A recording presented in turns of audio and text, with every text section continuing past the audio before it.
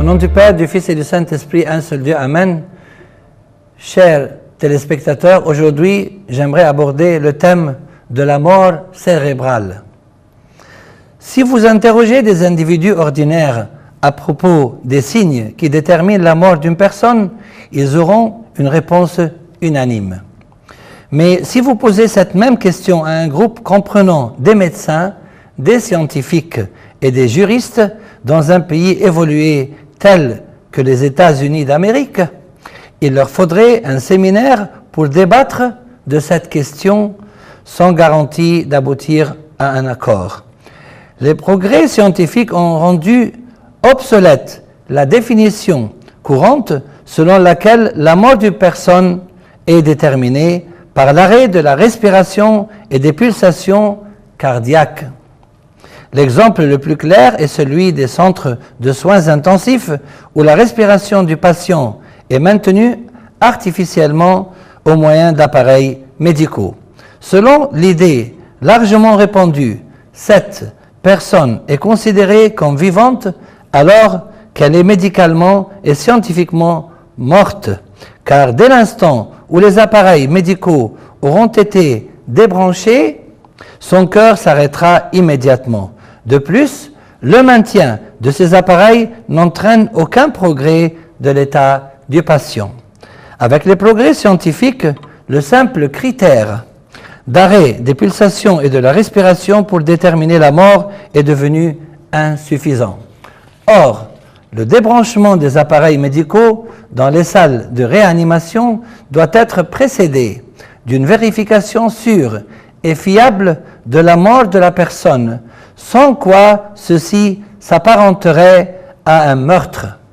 C'est pourquoi le monde s'oriente maintenant vers la notion de mort cérébrale pour déterminer la mort d'une personne. Qu'est-ce que la mort cérébrale?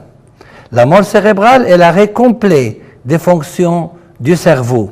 Suite à la destruction totale de ces cellules, les médecins ont mis en place des signes cliniques permettant de définir la mort cérébrale. La définition la plus répandue est celle établie par l'université américaine de Harvard. Ces critères dits de Harvard pour déterminer la mort cérébrale sont l'absence de réceptivité, l'absence de réponse, l'absence de mouvement spontané dont la respiration, l'absence de réflexe, pupille fixe et dilatée. Ces signes doivent être observés pendant au moins 24 heures en continu. L'examen clinique doit être complété par un électroencéphalogramme tracé de l'activité du cerveau qui doit montrer un arrêt total des fonctions du cerveau pendant 24 heures en continu. Ces critères ont été acceptés dans les milieux médicaux.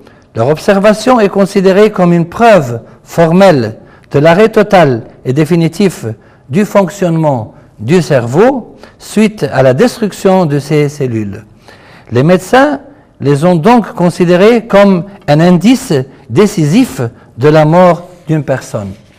Il est à noter qu'il existe une différence entre la mort cérébrale, qui signifie l'arrêt de toutes les fonctions du cerveau, et la perte de connaissance. La personne qui perd connaissance est toujours vivante, mais son cerveau a perdu certaines de ses fonctions. Ainsi, cette personne continue à percevoir, à respirer, etc. Le point de vue juridique. Selon la législation en vigueur en Égypte et dans de nombreux autres pays, la mort est définie par l'arrêt définitif des pulsations cardiaques. Récemment, plusieurs États d'Amérique ont modifié leur législation pour définir la mort par l'arrêt total des fonctions cérébrales.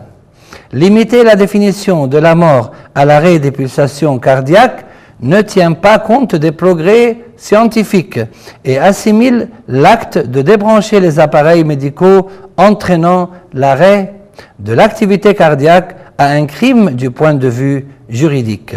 C'est pourquoi les médecins demande de modifier la législation en fonction des avancées scientifiques. D'autre part, la définition de la mort par la mort cérébrale facilitera la transplantation d'organes. En effet, il s'écoule un certain temps entre l'arrêt définitif des fonctions du cerveau, c'est-à-dire la mort, et la décomposition des membres des cellules. Je vous retrouve très bientôt pour la seconde et dernière partie du thème de la mort cérébrale, et gloire à Dieu éternellement et pour les siècles des siècles. Amen.